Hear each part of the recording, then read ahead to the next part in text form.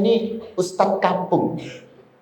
Muridnya cuma 12, 18.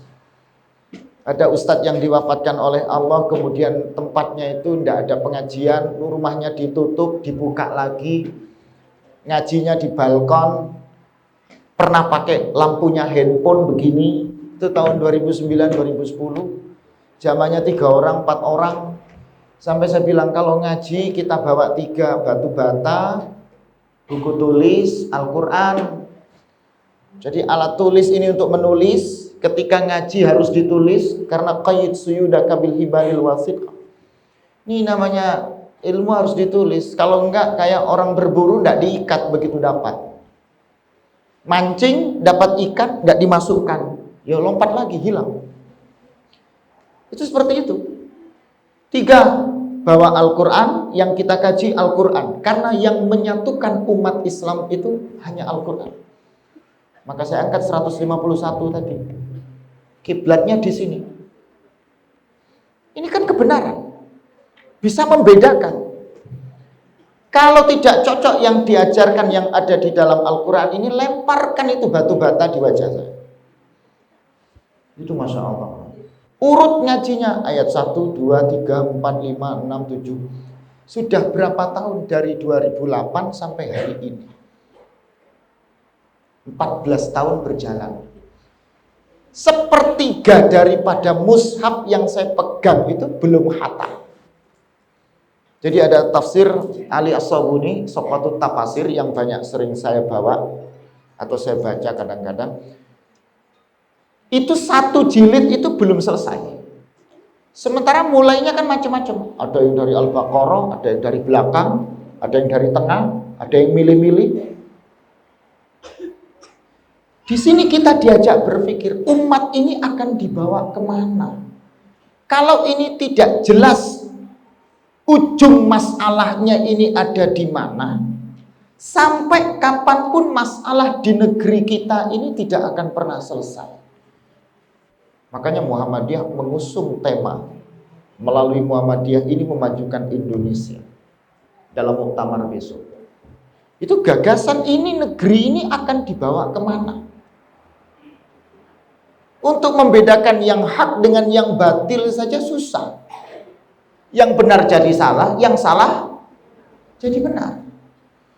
Sekarang jenengan berbalik, kalau berpikir, kalau ada orang berpikir benar, jenengan memikirkan ini salah. Makanya tadi saya bilang, yang persepsi kita semua benar, menurut saya kurang tepat, tidak mengartikan salah. Tapi itu untuk islah kita semua. Kalau ingin bangkit, ingin besar, ingin kuat, itu harus khalif tu'raf. Harus beda dari yang lainnya. Lihat Rasulullah dibesarkan dengan siapa? Khadijah, Sayyidah Khadijah Al-Kubra. Melalui Sayyidah Khadijah Al-Kubra, Rasulullah meletakkan pondasi yang tidak biasa. Orang yang punya uang banyak, saudagar, militan dalam dunia usahanya, dibalik semuanya sama Rasulullah. Gimana caranya tidak punya uang? Gimana caranya tidak menjadi seorang saudagar? Bertemu dengan Abu Bakar As-Siddiq, dengan Umar bin Khattab, dengan Utsman bin Affan, dengan Abdurrahman bin Auf. Lihat Abdurrahman bin Auf, sosok sahabat yang pengen miskin, gak miskin-miskin. Lihat Abu Bakar As-Siddiq, begitu berjuang bersama Rasulullah, beliau katakan, aku infakkan seluruh hartaku di jalanmu ya Allah. Anfaqtu kulla mali li jihadika fi sabilillah. Jadi kalau perang, Abu Bakar tuh keluarkan semua hartanya. Rasulullah tanya, wahai Abu Bakar, bagaimana untuk keluargamu? Sudah kusisakan sedikit untuk mereka. Umar bin Khattab, 2/3, sulusai. Anfaqtu sulusai min mali. 2/3. Kita hari ini, saya pesan kepada Bapak Ibu, mulai hari ini, jangan sampai masjid tempat kita yang kita banggakan hari ini lebih baik dari rumah kita. Usikum wa iya nafsi bitaqwallah. Usikum wa iya nafsi bitaqwallah. Jangan sampai tempat tinggal kita lebih nikmat daripada tempat kita ibadah kepada Allah. Ini rumahnya Allah. Pikirkan baik-baik. Ini kan bicara tilawah ini, membaca. Maka kami katakan jamaah wa dhamma, mengumpulkan, menggabungkan, satu dilihat, tek, semua dilihat. Kita ini sudah benar atau salah? Berpikir untuk negeri ini terlalu berat. Pikir negeri kita, di sekitar kita. Dakwah itu di situ. Ya. Yang kedua, wa yuzakkikum. Ada kata-kata zaka yazki. Zakata itu artinya membersihkan, mensucikan, purifikasi. Baju yang kita pakai ini akan kotor, maka dia harus dibersihkan. Ya, pikiran tempat kita berpikir, mengasah otak dan akal kita ini, dia akan selalu dalam keadaan ketika kosong, dia akan berpikir tentang sesuatu yang buruk. Mencela, menyalahkan orang lain. Pernahkah kita berpikir untuk menjaga hati kita tidak menyalahkan orang lain? Jadi ibarat hidup ini berjalan, tutup telinga. Yang kita pegang cuman konsep yang pertama. Saya cari yang benar, saya mencari mana yang salah, harus bisa membedakan, setelah itu dibersihkan. Dalam kehidupan ini selama ini kita banyak dihadapkan kepada sesuatu yang tidak bersih. Bagaimana proses perjalanan hijrahnya Rasulullah dari kota Mekah ke kota Madinah? Bagaimana peran Ansar dan Muhajirin?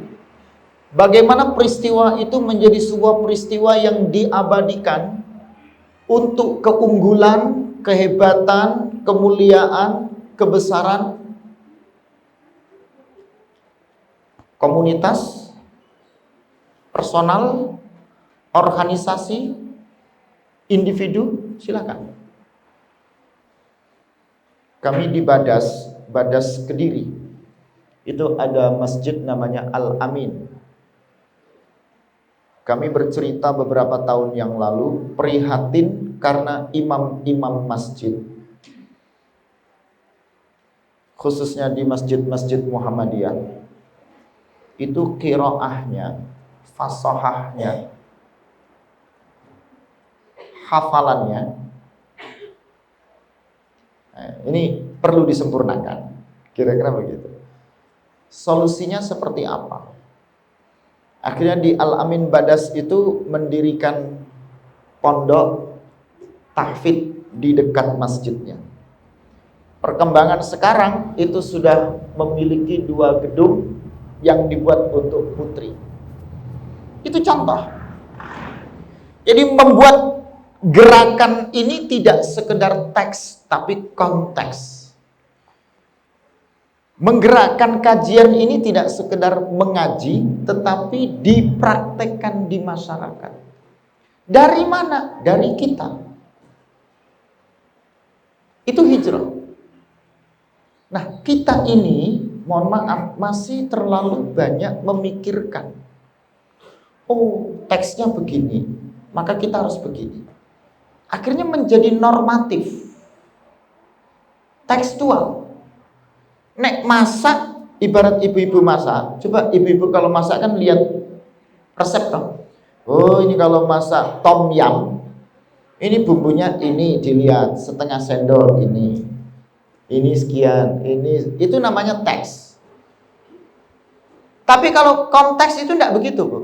Tom yum itu ibu langsung garam, nah, begitu. Gula, cep, begitu. Oh kurang, tambah lagi. Tidak ada takaran, tapi sudah menggunakan perasaan. Anak-anak kalau baru belajar masak kan bawangnya sekian, ini sekian. Tapi ini tidak. Sudah langsung otomatis, yang digunakan feeling, perasaan.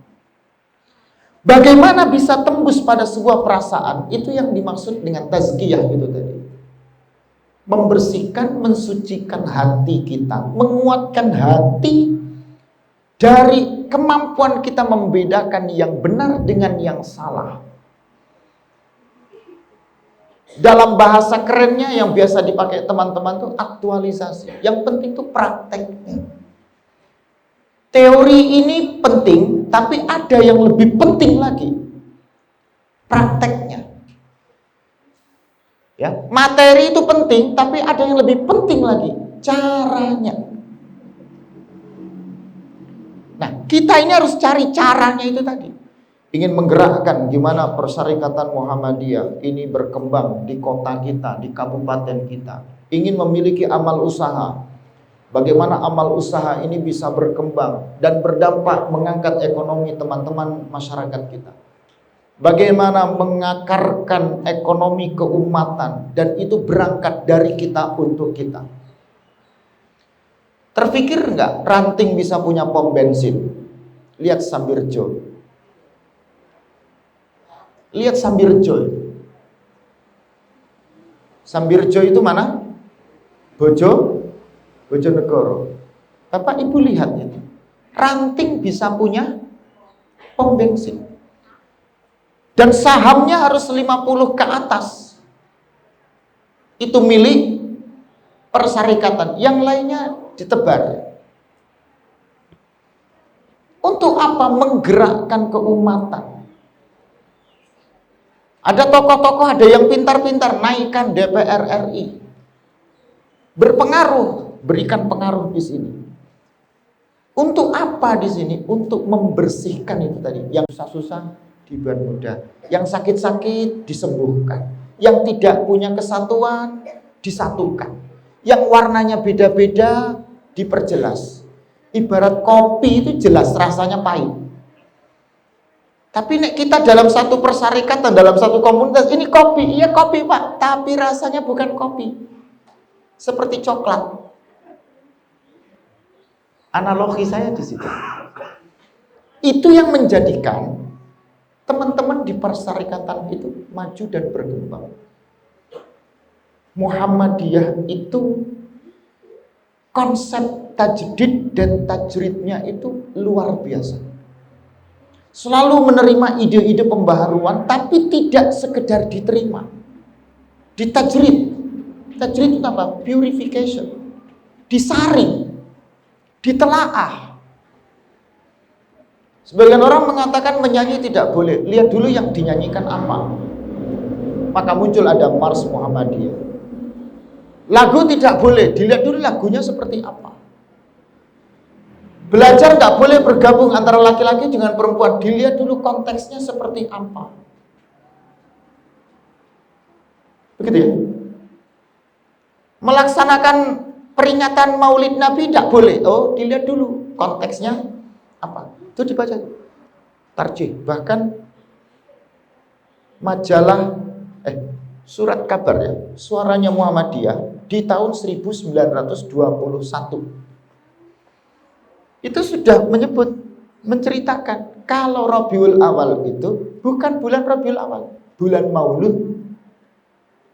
Ini kan tradisi, tapi dipurifikasi.